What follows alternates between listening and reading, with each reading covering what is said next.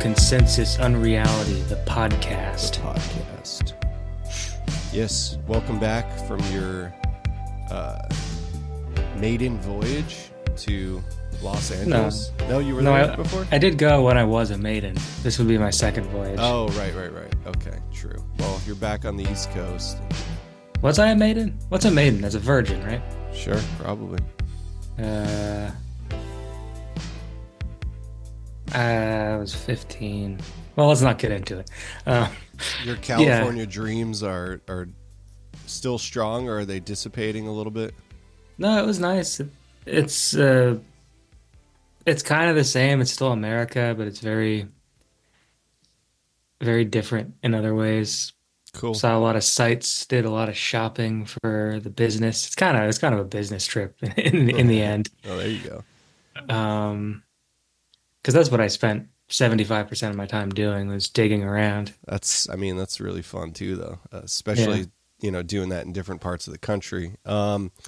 Yeah. Not to cut you off, but we'll get it more into that on the Patreon. Talk a little California esoteric sightseeing that Ben did, and maybe I'll relate some past anecdotes as well. And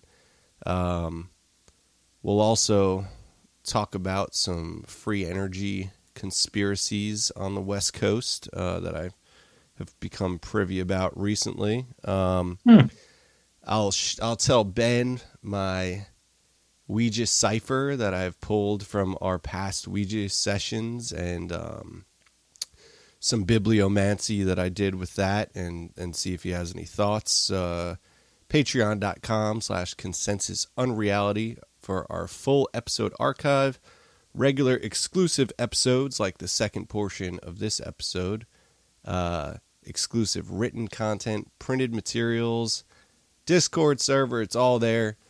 $5 a month, $10 a month will get you into the print tier, where you get our quarterly printed Journal of Shells magazine and other printed and recorded materials in the mail, which is a super cool thing that we're doing. Very excited about. On the public portion, we're going to be talking our list of esoteric films, which I think will be pretty fun, because I guess we're kind of avoiding the,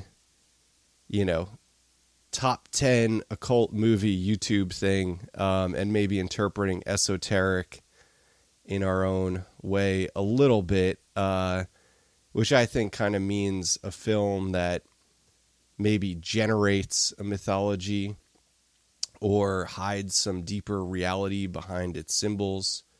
Or points towards something. Yeah. Sure. And not to be too annoying about that either, because we could be here all night, like just listing off every arduous criterion or something like that.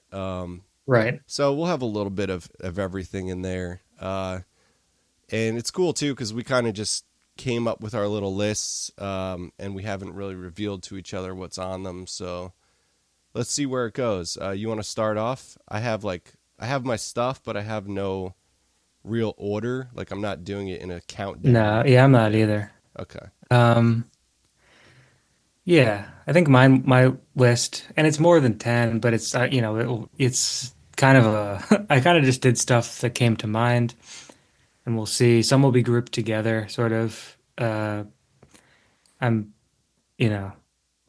sort of hardwired to rebel against any form, while also, needing the form in order to get started. So it's this is a perfect exercise in that neurosis. I'm just going to start with the obvious one, which is my favorite movie. It's Simon King of the Witches. Yes, Great I knew Nicole. it was coming. Yeah, I knew it was coming. So tell us a little bit about that flick. We've talked about it on the show before, but it'll be nice to revisit. Yeah, I feel like we've talked about it recently for some reason. And I also just so when I went out to Los Angeles, I was staying in West Hollywood, which I didn't know when I booked the hotel, that's pretty much where the film was shot. And so I was driving, and I was like, that looks like the facade of the building where they record the Zoom. Uh, Sorry. um, I wish I got to give you a sign for that. don't worry, we can edit this out. Yeah. I don't rem they moved it. The fuck? Recording in progress. Okay. In West Hollywood. Um, so I was driving around and I saw this facade and I was like, this looks, maybe it's just the same style of architecture. But no, and then I looked it up on the IMDb. They have like scant, like maybe three or four shooting locations that were used. One of which was this very famous apartment building, I guess, which is where the potted plant falls onto one of Simon's enemies after he was cursed for disbelieving in magic. Uh, And I looked into it further. A lot of it has been demolished by now, of course. Simon's house where he stays is still there, but it's in like a very private cul-de-sac, and I didn't feel like going there. Um, anyway, it's a movie about a homeless, real wizard witch guy. Like, in the world of the movie and perhaps in the real world, he actually does have a sort of rapport with the gods and a sort of a relationship across many lives. And it's very in the B movie tradition. There's a lot of schlockiness, a lot of over the top special effects, which I find like really beautiful. And I just feel like it's sort of unlike any other movie. It was kind of advertised as a horror movie, but it's not. It's and it also has like a pretty subtle and interesting view of what magic is, what Western ceremonial magic is. Uh, and the rumor goes that it's based a bit on Poke Runyon, mm. the sort of We love Poke. the still I think he's still going podcaster I, and yeah, I can't tell. I feel like Hermetic Hour is yeah, archival, or like is maybe. he still doing new stuff, but the episodes are still going up all the time? It's a Yeah, and little of bit of course both, he maybe. he was the force behind Beyond Lemuria, which is another great film. Yeah. And That's not on your list. no, I left it It's off. good to I have a bunch of honorable mention stuff Yeah. too. I mean, it's on my list if I had, but then I thought I don't want the list to just be stuff that we've talked about. Yeah, yeah. Although it might still be. Anyway, yeah, it's a great movie. Watch it if you can. Um, if you look on eBay, you can still find some film set negatives Hmm. uh from the shoot, which are really cool, and like lobby cards and stuff. It's just a very stylish production overall. Yeah. I feel like it I like the like I've watched a lot of films that have portrayed a quote unquote satanic cult or satanic ritual or occult activities. Yeah. Um and I think Simon King of Witches portrays ceremonial magical activities in a semi realistic manner, or at least like a knowledgeable Yeah. showcases a knowledge of you know those workings and how that might be portrayed in an intelligible way. Right. I Yeah, enjoyed it's that one a tough. lot. Yeah. It's hard to portray those things in a way that's not, I mean, and I think it's gotten harder with all of the power now behind like computer generated stuff. It seems like, Doctor Strange and shit like that, where it's just like Right, CGI you mess. can't really show these things because they're not wholly visual. So I don't know. I think it gets that across in a pretty interesting way where it uses these kind of like B movie special effects sort of to the best of their ability. I think about But the imbuing the object with the this like sexual energy in the yeah, one ritual like that. I feel like yeah, that's great. He charges that bar. it's done really well. All right. Yeah, it's beautiful. So I'm gonna get out of the way. These are not on my list, but we can just do these real quick. This is just kind of like obvious esoteric films that I think, I don't want to sound like a jackass without just saying right off the bat. We don't need to spend too much time on them, but 2001, obviously, Sure. it's an esoteric metaphor. Um, the Wicker Man, Yeah, that one's Rosemary's great. Baby. Yeah, Wicker Man is incredible. Rosemary's Baby, Also incredible. a chilling occult flick with. I like when the history of it goes beyond, and Polanski's connection and Yeah, really near to the Cielo Drive tragedy. totally. It's it's a pretty dark film because of that, and obviously LaVey's connection as well. Um, Definitely fits it in as a classic in this Yeah, yeah. genre. Probably on the top of most people's list. The Wizard of Oz, obviously. Uh, Can't stand it, but of course, that film makes me so depressed. I don't know what it is. But it's like a cursed movie. It's very powerful. Maybe that's it, yeah, but I just can't watch it. yeah. No, it's a super powerful, maybe the most powerful, like symbolic film object. The way that it's sort of cast out these mythologies. Um, and I have on this list Close Encounters, because I think that Close Encounters did so much for generating mythology, Yeah, and even especially like the psionic element um, of that communication with an alien otherness. I think that in that way the symbols of that film become esoteric, and the way that it kind of flooded the culture uh, with that yeah. object, or at least reified it, I think kind of deems it in this way. But let's see, where will I start out here? Um, I will say Curse of the Demon, 1961. Uh, I think that this film is loosely based on a Crowley character. It's not Right. super deep, and I have some quick hits on those satanic cult films, like a lot of them in the Hammer genre and stuff that I kind of mentioned that do enough aesthetically that I think deem them to be worthy of mention in this show. Hmm. Curse of the Demon is one of my favorites, though. It's I don't. Have you ever seen that one? Yeah. God, the titles in that era are tough. Oh my god, it's actually 1957. I'm sorry, I said that's Yeah, it even has earlier. Yeah, it has the Crowley kind of figure. I think we talked about it within the last year or so, didn't we?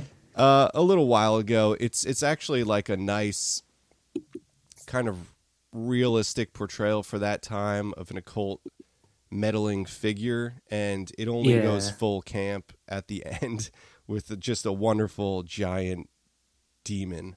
Yeah, yeah, yeah. No, yeah, it's a great I know the one you're talking about. Okay, you go ahead. All right. Number two. I'm gonna go with Under the Silver Lake. Yep, yep, yep. Easy. 'Cause I was just I was just out there too. So Yeah, these were top of mind films. Um, what is there to say about it? It's kind of like a, is it the most recent? No, not on, it might be the most recent film on my list. Uh, it kind of captures the process of this thing. What, the thing that we're doing on this podcast. It kind of captures it yeah. and the dangers of it and like what would happen if you really found an answer to any of this stuff and Mm-hmm.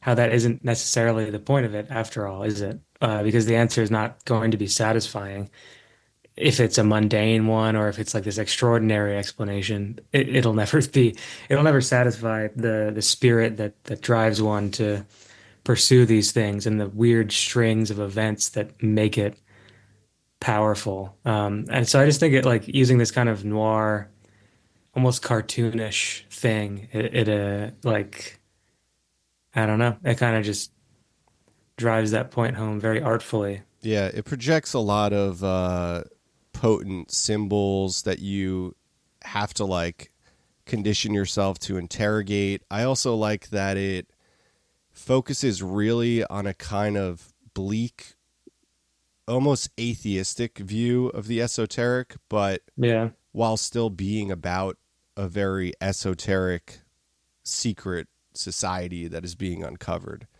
right. Um, so yeah, I did prepare to talk about that because I figured that you would probably bring it up.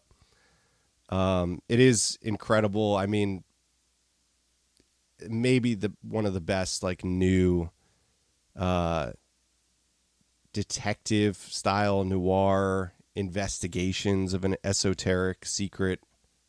Yeah, Okay, love it. I will say inauguration of the Pleasure Dome, Okay. 1954, by Kenneth Anger. Uh, Kind of obvious, but still maybe one of the greatest esoteric films ever made. Would you have said another Kenneth Anger? No, I was gonna just say the Kenneth Anger filmography because it kind of fits on like one disc.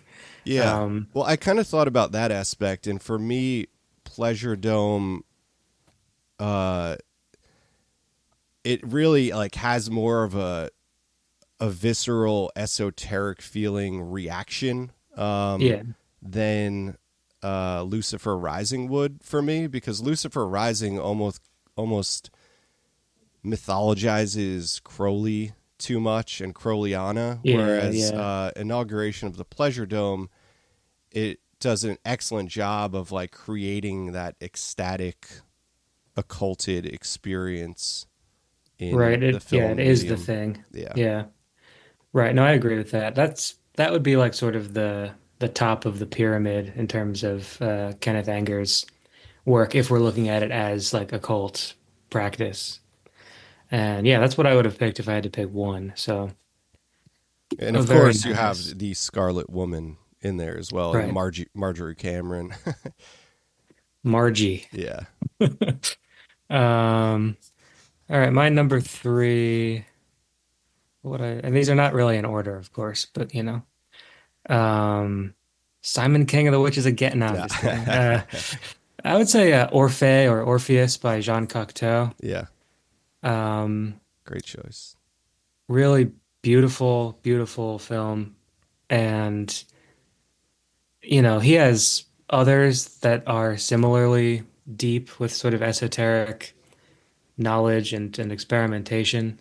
Esoteric, I guess in this case, meaning both magical or occult in some way and like artful or something like that. Like whatever, the word is obviously kind of mutable. It's a usefully unspecific word.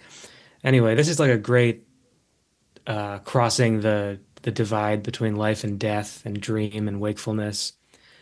The characters in it are unusually developed, I think, for this kind of like art movie. It feels very um you can tell that Cocteau was working with a muse of some sort, which of course he was at the time. Anyway, it's kind of yeah, it's one of those perfect movies, I think. Mm. I love that one. And the whole trilogy of his Orpheus movies are worth watching. But this is kind of like the one that you'd want to see first, and also the one that's the most immediately intelligible as a spiritual film, maybe. I don't know. Yeah. Yeah. Yeah. And I think I mentioned in my like obvious ones, The Exorcist, and might have breezed by it. But what do you think about that? Because it's not really Yeah. esoteric in the way that it's concealing some hidden meaning. It's actually kind of saying what it is quite Yeah. loudly, especially with Blatty. Well, it's dealing with the themes. So I'd say, I mean, it fits in some sense in that it's displaying the themes. I don't think I think in you know, to me, I wanted to mention it because of the way that it's so egregoric in what it did to the talking board. I feel Yeah. like it left like a permanent psychic damage on the Yeah. Ouija board for society. And I don't know if it's like wholly responsible, but I feel like it greatly is. Yeah. So I feel like in that way, it's weirdly it fits in on another layer. Um, okay, what will I do next? I think I'm gonna say I won't be too annoying yet. I'll say the Holy Mountain. Okay. Quite obviously, right? I mean, Yeah. another top of the food chain esoteric film. I mean, it's an alchemical experience. There's all like the kind of Gurdjieffian training that they were doing, and yeah, I mean, it's overtly an esoteric film, just loaded with Right. all these potent esoteric symbols. Yeah. I love that one. I had I had that on my longer list, and I'm kind of just like picking 10 from my longer list as we go. So I'll just take that off. Yeah, I love that one. Yeah, yeah, El Topo too, and then even the later Jodorowskis I think are really powerful esoteric films, if a little bit less like bombastic because he had less money. yeah, yeah. I like these films that are like an abstract representation of this soul journey, Yeah. and it's kind of that alchemical soul journey or transformation. All right, you go ahead. Um, I'm gonna go with a kind of obscure one, which I don't think is necessarily all that good, but which Great, I I love watched it. recently Yeah, after wanting to see it for a while, and then really not knowing that it existed. Some combination of those two things. It's Who Fears Death, or was it Who Fears the Devil? Who Fears the Devil? But it's titled also The Ballad of Hillbilly John, or The Legend of Hillbilly John. It has like all these titles. It's when is based this on from? 60s? 72, and basically it's an adaptation of several stories from Manly Wade Wellman's John the Balladeer stories, which are this really odd, wonderful, like Appalachian, weird fiction, occult fiction. So the adaptation is, I think there's two or three stories, and it's told in this kind of episodic way. It's very B movie, but it has sort of the charms of that as well. It's not great, but I like it, and that it exists, I think, is a really cool thing. It was recently reissued. I got to see it in a nice way, in that full core box set, the second volume. And yeah, he's a wandering guitar player. His guitar has silver strings on it, and he kind of just like uses his magical guitar and song to, with his like faith in God and like this very sort of Appalachian like hoodoo kind of approach to things, where it's like this mix of like Christianity and paganism and all of these sort of this like kind of homegrown American weird sort of new religion almost that's still kind of based in Christianity, obviously very influenced by like Pennsylvania Dutch magic and that sort of thing. Anyway, so it's kind of this great movie, I mean, I love it. I love in that. its Yeah, own it's way. super deep cut. I wasn't expecting that. Nice. I just think that, yeah, representing this folk approach to the occult in a way that's not like it is sensational, but it's not like sensationalizing the use of magic because he's using it in this like God-fearing way. It's kind of a, you know, it's a very straightforward movie in some ways, but in other ways, the subject matter it's covering is really multifaceted and interesting. Mm. And the songs are not very good. Like somebody wrote the songs for this, and the actor sings them, I think. And it's like because it was produced in like 71 or 2, I think it has a little bit of like the hippie thing going on with the songs. Like it's a little bit more like forest child wandering kind of singer-songwriter than what Wellman had in mind with his like, warrior, bard, poet, cowboy. But anyway, it's a good movie. You should watch it. Great. I love that. Um, okay. Maybe I'll save my devil's flicks. I'll go Oh, with Uncle Boonmi, who recalls his past lives oh, by Apichatpong Weerasethakul, otherwise known as Bob, a Thai director. Yeah, it's a very symbol-laden film with a lot of folklore. Uh, it's extremely beautiful, and I also like Tropical Malady a lot as well. But Tropical Malady is kind of more this love story that turns into this kind of mythopoetic, symbolic thing in the second half with a shaman. Both extremely beautiful, and I think the symbols kind of get transcended and communicate something at a deeper layer. You've seen that one, right? yeah. Yeah. Not recently, but yeah. Yeah. Yeah, that's a good one. Um, 5. Is that the count? This Yeah, is your fifth? yeah. Okay. What do I want to say here? I'm gonna go with Angel Heart. Oh, really? Yeah, Interesting. Okay. It's awesome. I love it.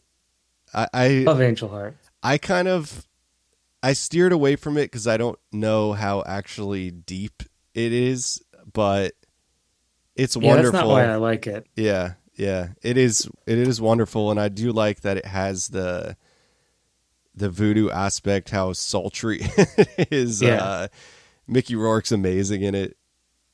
yeah. I just think it's like a great movie, and I think I wanted to include a movie that's like big, that still at least sort of relatively thoughtfully deals with these things, True. Yeah. without going to like the obvious like Exorcist or the things we kind of got out of the way first. So I thought this is like kind of a relatively mainstream movie that might introduce someone to like some really weird shit if they look at it the right way. So I just thought, and again, it's hard to beat framing this kind of thing as a detective story or like, that kind of hard-boiled thing. I think it's a really interesting approach to all of this to like look at it through the lens of like the Chandler-esque like hard-boiled noir kind of thing. I think that it's useful as a tool. And True. we Yeah. see As we you see get that later in deeper in, yeah. in like Twin Peaks, we see that like Dale Cooper as a stand-in for like a sort of initiate in some sense. Yeah, that is interesting how often that plot device is used. It sort of, well, Yeah. I mean, it makes perfect sense, obviously, but it's like such a useful tool for directors to slowly uncover this narrative. Yeah. And I do like, I really obviously love when that's intertwined with the occult. So for that reason, I'll say the Ninth Gate, obviously. Nice. It's Very probably similar movies. right. And I just can't like I can't not watch that every 6 months. It's just Yeah, it's great. so up our alley. Yeah. I know that's like second Polanski we're mentioning, but whatever. I mean, I guess you need some evil in esoteric films, right? It's a great movie. That's It's all I'll say about it. yeah, and I think it actually does a pretty good job of like showing the indoctrination into this ritualized environment. The way that you kind of like are discovering through books, through symbols, and putting the thing together. Mm. I think that the castle actually, or like the ruin, is actually like an old Cathar site as well in southern France. Which Huh. I'm like obsessed with that stuff, so that's pretty cool. But yeah, I Yeah. mean, that I don't think it gets better in terms of like a book movie about like Yeah. being obsessed with esoteric books and Yeah, it's occult great. books, and then actually stumbling into the reality of the subject. Right. It's so damn entertaining and at times really Yeah. funny too. Yeah, it kills. Yeah, it's a great one. Yeah, that was on mine too. But let's see. Uh, I guess since we were just talking about it, I'm just gonna. It seems like we have to have a Lynch on here. Yeah, absolutely. Yeah. So I'm gonna say Fire Walk with Me Okay. as an occult movie. Yeah. I was wondering which you would pull out for It that. was either that or Mulholland Same. Drive, That's what I had. Yeah. and I think that they could work as a pair because they're not similar necessarily, but I feel like they're both pretty seriously contending with some spiritual forces, as his whole Uh, body of work does. yeah, but But I feel like it's those two and Lost Highway that are the yeah, most overtly esoteric in this yeah, psychosexual melodrama. yeah. With But that one, Fire Walk with Me, I think it in some ways it builds out the entire Black White Lodge thing yeah, in a way where you get to like enter into it yourself as a viewer, whereas it always felt in the series, the original series, it felt more like the implications of it weren't always felt. Um, right. In the original, yeah, Whereas like, when you're in the meeting with them or whatever it is above the convenience gas store, yeah. station and the guy's there on his little soapbox, and the kid is there Well, like it characterizes it and it creates yeah, these totems in the that yeah, like figures that we don't even really get to know, so they only exist as right, totems in that uh, exactly, visionary environment, because it's portrayed as a vision. Like, yeah. And the stuff with the angel and the room inside of the picture on her wall and just like the when I saw, I mean, I think I talked about it in a Patreon episode recently, but seeing it in theaters recently and having the sound design effect of it, uh, just like it's just like the whole thing has this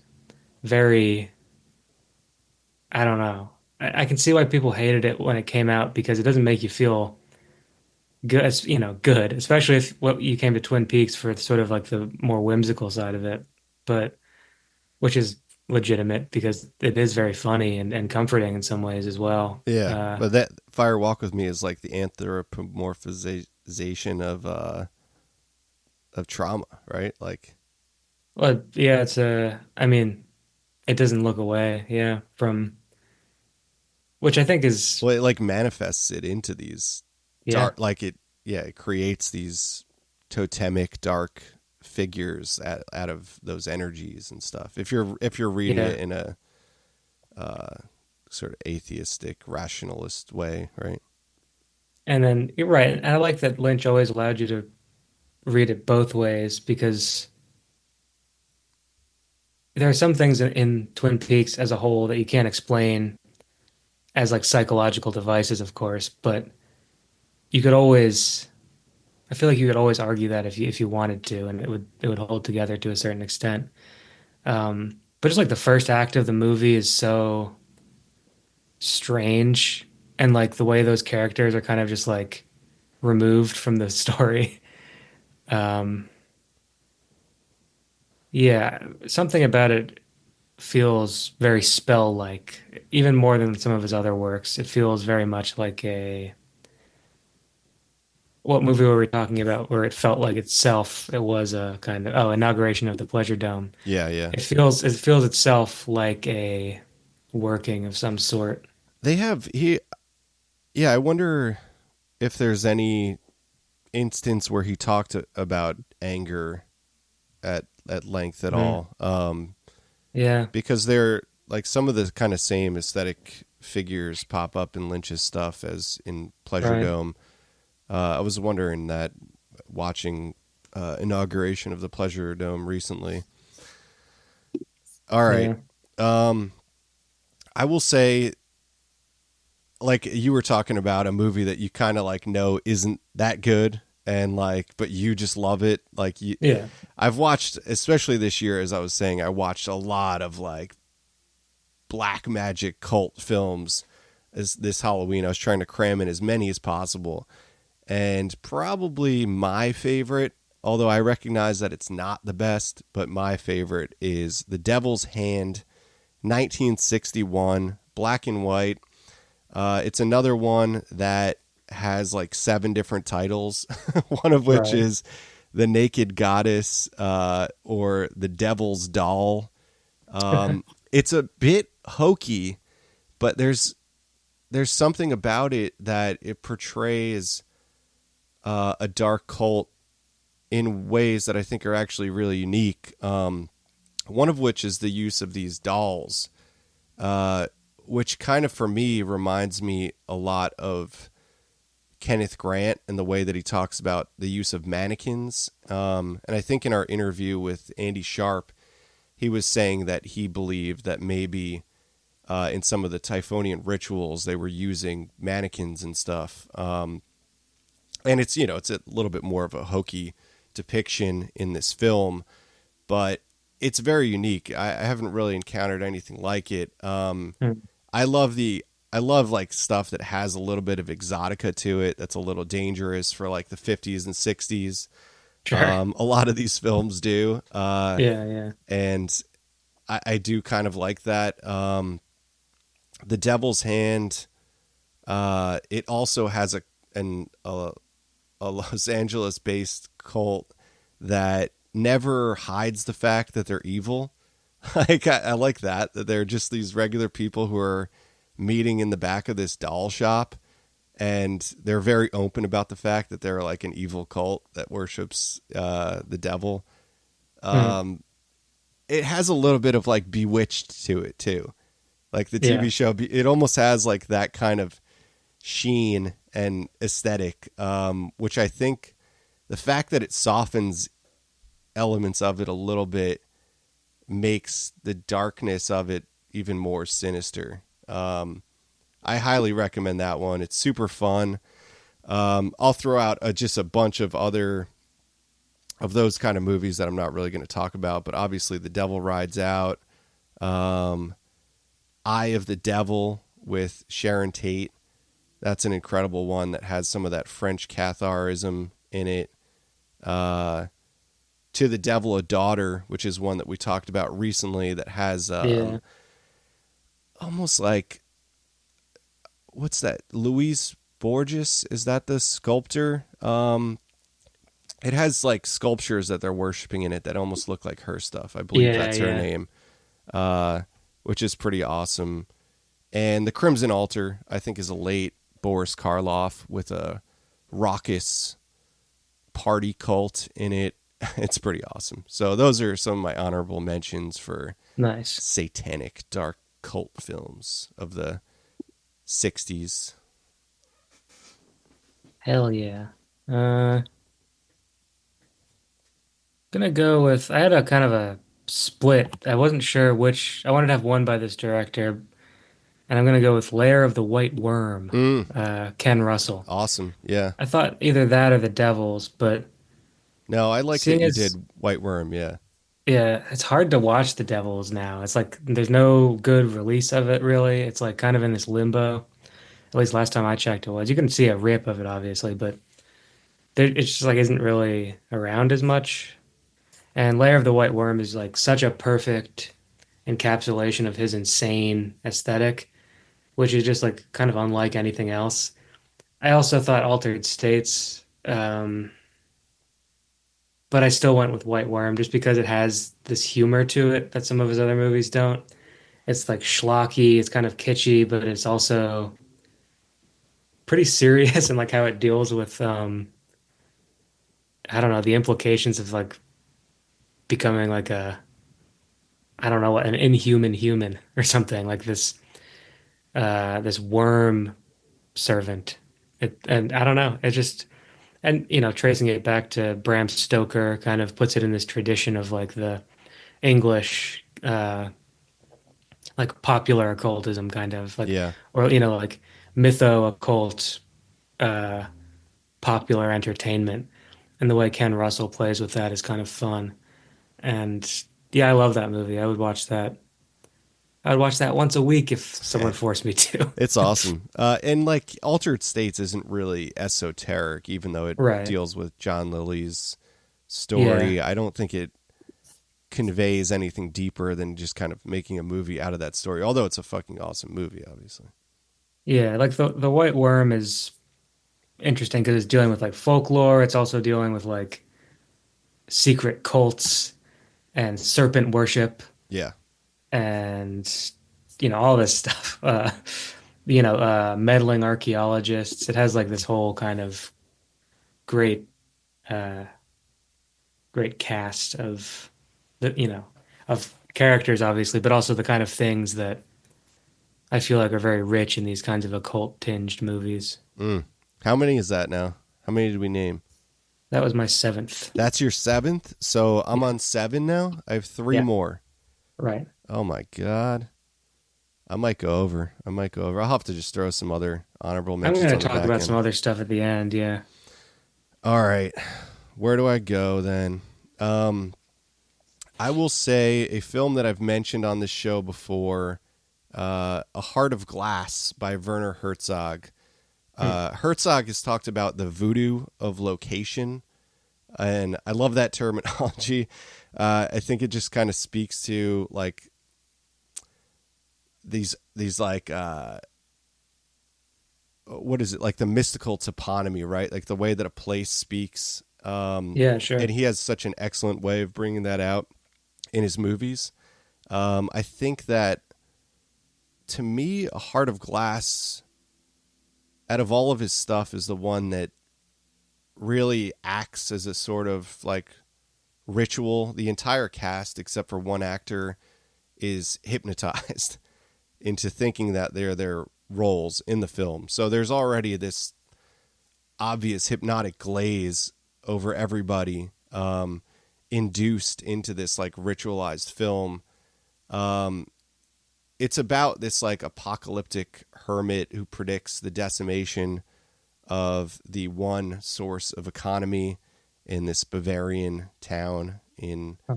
I believe, the Middle Ages, maybe a little later.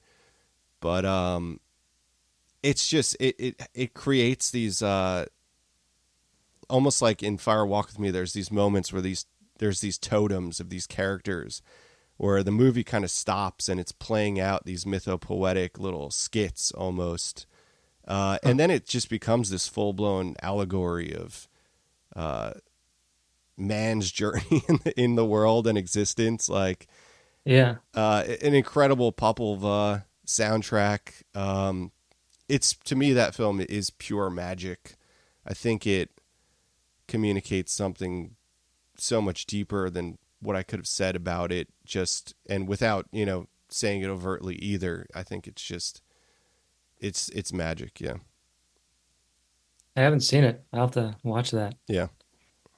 Uh, all right. My eighth one is going to be a stand-in for the entire filmography of Jean Rollin, who I've talked about many times on the podcast. All of his movies are kind of the same. Uh, that's Gene Rollin for people who like to pronounce French names like that. Nice. Just it's not John, like, but yeah, he's wonderful. This one is like maybe his most overtly occult in that like there's a cult that is sort of trying to transcend this dimension through some strange form of vampirism. The sort of thugs in the cult wear these insane ornate masks that cover their whole head, like with like antlers and shit. They're just like it's really beautiful. Mm. And like many of his films, it ends on the same beach where they're kind of going into another dimension or not. And all of his films have this really sort of sluggish sense of movement. They're not action packed. They're not really plot driven at all. They're kind of just like tours through this weird sort of poem. And this one I feel like is the most, it's my favorite of them. It's the, and he had like a couple vampire, he had like four or five vampire movies, and this is one of them. He explores the same themes in other ways, and they're very like erotic and stuff like that, but not in a way that makes it feel really porny, even though he also directed porns. They're just like these weird meditations on, it's really hard to even say, like um, something that only the films say. So they're kind of, yeah, they're these really wonderful works of art that are using the medium of French erotic B movies to say something weird about, I don't know what, the Yeah. soul or something. I mean, that's a funny thing about this episode too. Like, film is such an esoteric thing in its nature to like Yeah. isolate films that you think are more esoteric or something is funny. Uh, all right. Yeah. Well, I'll say Inception. No, I'm just kidding. Yeah. I do like. I have a couple. What am I on 8 now? Yeah. Oh boy. See, I don't want to end my list with just annoying ones, but I do have two annoying ones. But I can explain myself. I guess the first one will be Stalker by Tarkovsky, which is the less annoying one, but an extremely esoteric film. It again, it takes like the elements and man's spirituality, and it creates this architecture of symbols. It's obviously super poetic too in the writing in the film. And I think that it's like I can't get enough of watching it because you get something else out of it every time, and it's communicating this weird relationship to, for Tarkovsky, I think it was man and God, but Mm. I mean another reading of it is man and the other, like a cosmology of another world and how we interact with that. And I think that it just does such an incredible job of portraying it that it makes it a super unique film. And that's not, I'm not saying anything new there because it has so much regard and acclaim, but the fact that like it doesn't with special effects try and like pictorialize spirits or aliens or God or anything like, or even phenomena. Yeah. It just it talks more about the interaction of it and the silence of it and the way that it affects you in ways that you can't really understand in the moment, that you can't even put into words necessarily. And it's this struggle of trying to understand that relationship. So for me, it is extremely esoteric in that way, in the way that I think about the word. I mean, it is, yeah. Yeah, And it's also great. I mean, yeah, there's no shame in putting that on a list, any list, yeah. except maybe your laundry list. Damn, dude. Um, so I'm at nine. Nine, it's another thing where I just am kind of picking one out of a hat to stand in for a filmography, which is, and we're getting kind of into a stretch of what esoteric means. Whereas here, I think what I'm talking about here is like a sort of pure spirituality, almost without reference, which is the films of Jordan Belson, sort of abstract uh, film artist. The one I picked, which is called Infinity, just because it's one that you as a listener can find in full on YouTube. They're short, they're like 8 minutes usually, but they're just incredible. And more than any other, you know, works within this medium that I've seen, they feel like sort of direct lines to the spiritual realm. And, like in the same way that, and this might sound kind of naive or hokey or something, but like in the same way that standing in front of like a Rothko painting Mm-hmm. is an esoteric experience, and he was in some ways an occult artist, I think. He was dealing with subjects that aren't direct or maybe they're more direct visual subjects than like representative art. This feels a lot like that, um, although in some ways even more forceful in a way. And so, yeah, I thought it would be nice to include something that's totally, outside of the realm of narrative film. And so Yeah. I went with that. No, that's cool. Yeah, I didn't. I guess I probably would have brought up some of the stuff of Harry Smith, but Sure. I was kind of thinking more like movie. Um, but no, Well, too that's bad. yeah, too bad. No, it's fine. I mean, that's what's great about now. I get to mention Harry Smith. Harry Who's Smith, yeah. was Similar, a yeah. magician basically. I mean, Yeah. No, I just when, movies, film, I kind of approach them either as like something to calm my nerves or something that I want to have as an experience.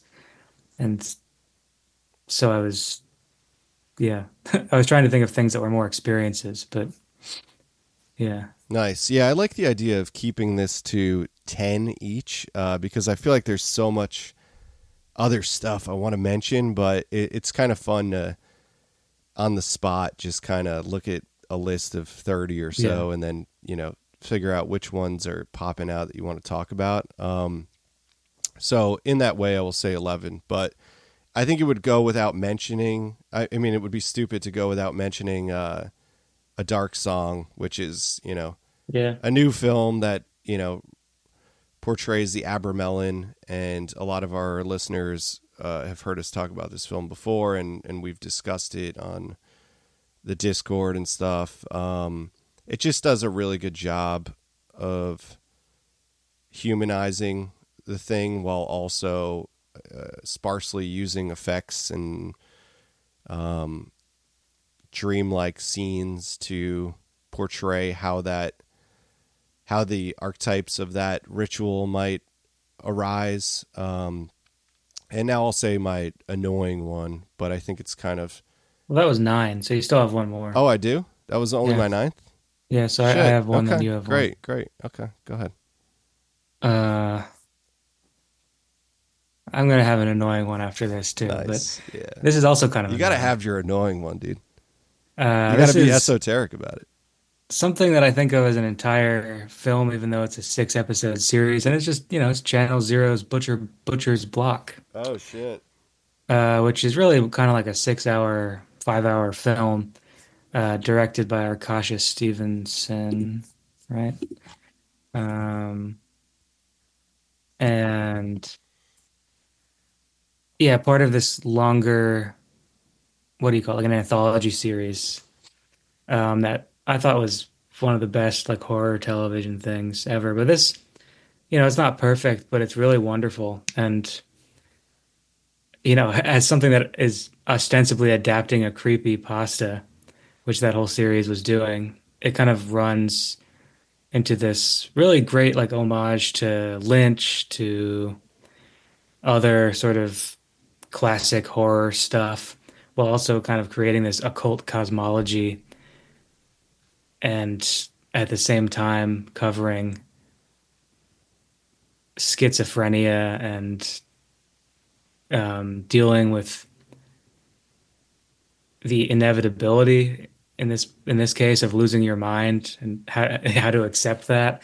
It's like this very serious, dark, brutal, and like very bloody, lots of meat, lots of cannibalism, but also this like very interesting Lovecraftian kind of thing going on with it.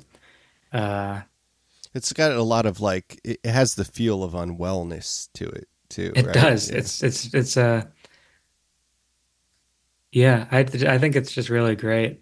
I don't know. I have not really, I mean, again, it's something that wears a lot of influences, but it kind of doesn't really feel like anything else. And so I've been really excited by seeing what else she's done, which was most recently The First Omen, the prequel to The Omen, which Yeah, that was nice. Yeah. captured a lot of the same kind of feeling of like somebody who's like taking this genre more seriously than like just slashers. And like, not that there's anything wrong with slashers, but bringing it back to like the sort of care that something like Rosemary's Baby was given as like a horror film. Yeah, cool. Yeah. I mean, if you're going to do TV shows, how are you not going to say The Return? I mean, The Return is like Is that your probably, 10? no, it's not going to be. I mean, you can't do it without not saying David Lynch's The Return. But Of course. No, that's the same thing. Another as an that's, 18-hour movie, yeah, you know? true, true.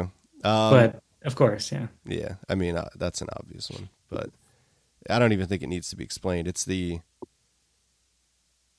entire drama of the occult played out in under Mark Frost and David Lynch's symbology and Yeah. writing. Um, okay, my annoying one is David Blaine, Above the Below, directed by Harmony Korine. Uh-huh. Uh, it's a documentary, but I don't really think it is a documentary, and why I think it's esoteric. And you have to watch this because it's actually a terribly beautiful film. It's probably one I of my haven't seen it. favorite things that Harmony Korine has ever done. I can't stand him. It's fine. I think it was actually made for television, but it's got Curran's fingerprints all over it. But to me, it's when David Blaine is in the glass box above London, Yeah. and he relinquishes his stage magic to perform the act of the hunger artist, where he's Mm. in this glass box and he's not eating for like 56 days. So that's like the kind of aesthetic performance of magical rites itself, but then it it makes a movie out of it by having David Blaine have all of this like poetic journal reading over it, and it kind of like shades it in this weird, I wouldn't say emotionally manipulative, but it's a brilliant exertion of like a different interpretation of stage magic in a film. Yeah, yeah. And I think in that way it's pretty wonderful. I was I don't know, it acts on different levels of like the performance of this feat, and so many magical endeavors have that ascetic element to it, Hmm. but then also this poetic inner journey of realization and stuff that he is apparently going through during this and talks about. It's pretty incredible, and that's my annoying one. But Not bad. he's a magician, man. Yeah, He is a magician. yeah. That is true. Um, cool. Did you do 10? That's 10. Honorable mention. I've Ne- got three. Necromancy is like an Orson Welles flick I just saw Oh, recently, I haven't seen and that. yeah, surprisingly, you didn't watch that one. I thought you watched that this fall. I thought you like talked about it. Yeah, I don't Um, think so. this like couple moves into this area with a cult, but it's actually quite terrifying and has like it's done really well. A Map to the Stars has that L.A. Voodoo of Place by Hmm. David Cronenberg. It's written by Bruce Wagner, who wrote Wild Palms. Oh, cool. Yeah, it's really like one of those like mythological films about Los Angeles and also the culture out there, but has elements of phenomena that I think it does a really good job portraying. It might be one of my favorite Cronenberg flicks, actually. Um, and The Seventh Victim, I forgot to mention in Oh, yeah. that Satanic Cults one, but that's a really early one from the 40s. And I love when like the cult is humanized. It's not portrayed in this like over the top special effects way. Yeah. It's just a very human experience that is pervading over somebody's life. All right, you got some honorables. Yeah, I got three anime. Oh shit! There you go. Uh, First of all, from the sort of made for young men genre, we have Yu Yu Hakusho, which I think is actually it's like a sort of Dragon Ball Z-esque action saga, but I think it actually has some really interesting spiritual concepts in it. Obviously coming out of like Shinto and Japanese religion, but just like a really interesting and well thought out and bizarre approach to the afterlife, psychic abilities, good and evil. Like, for a show for, kids or whatever. I don't, it's kind of a weird genre actually, because it's for kids, but that's not always the audience.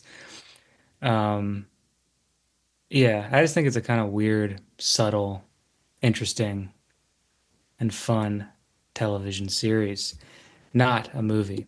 Um, then we got another series, Monster, which is definitely not aimed at kids. It's a adult thing, and it's sort of a mystery, and it has to do with it has a great ending credit song by David Sylvian, really Oh, one of his best shit. songs. Damn.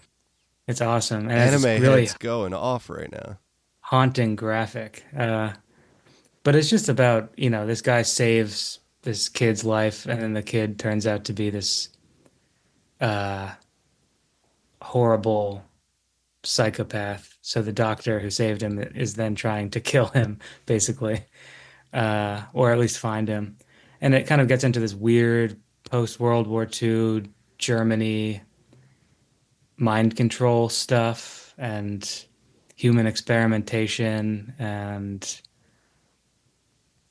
programmed to kill kind of territory. So Right there's on. nothing overtly occult or esoteric about it, but at the same time, I feel like it's dealing with these very dark areas that are always hinting at some sort of like, the question of is there like a disincarnate evil in this world and can it work through people? Hmm. Does it have its own intention? That kind of thing. Yeah, it's really a masterpiece. And finally, Serial Experiments Lane, Yeah, which I was hoping you were going to mention that one. That's your thing. I think you still got to watch. Yeah. And it's also like hard to talk about now because it's been so co-opted by like anime avatar right-wing Twitter as like a Hmm. cause to champion that. And I feel like a lot of them have like they haven't even watched it. They just like the way the opening credits look, which I think is the case with a lot of people on the internet about a lot of stuff. It's actually a really strange, artful little series about early internet blending with reality and has more to say, I think, about today than it does about when it was made. Lots of weird references to occultism, to ufology, to hyper reality, like very, very keyed in kind of thing. Really worth watching. Um, and it's just like anything else. It's just a work of the imagination. Cool. Yeah.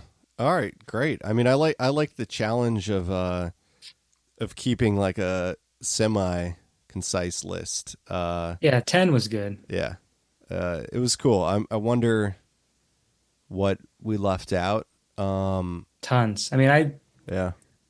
this kind of thing makes me feel a little insane because it like makes me feel like my memory's bad because I can't Yeah. Yeah. because then I think about stuff. I'm like, what the fuck? I didn't like. Yeah, whatever. Yeah. So, uh, I want to watch a lot of those. Like I'm not super well versed in yokai films, and I'm sure there would have been some stuff to pick out yeah, there that would have really been nice. But I need to get on watching more of that. there's a whole world of movies. Yeah, Something in the Dirt is one that we probably should have mentioned. That Oh um, yeah, Benson and Moorhead, that does a great job of portraying the experience of having yeah, a phenomena occur and it revealing things and sort of unraveling. All right, man, let's go over to Patreon. Let's talk about some other stuff. I got this weird info about this like free energy cat out in the yeah. Mojave Desert who had some stuff to do with Integratron and whatnot.